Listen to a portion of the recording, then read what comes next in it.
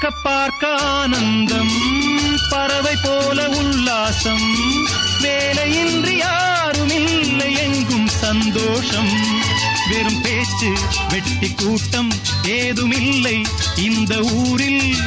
கள்ளம் கபடம் வஞ்சகமின்றி கண்ணியமாக ஒற்றுமை உணர்வுடன் வாழும் சிங்கப்பூர். அக்கறை சீமை அழகினிலே மனமாட கண்டேனே, புதுமையிலே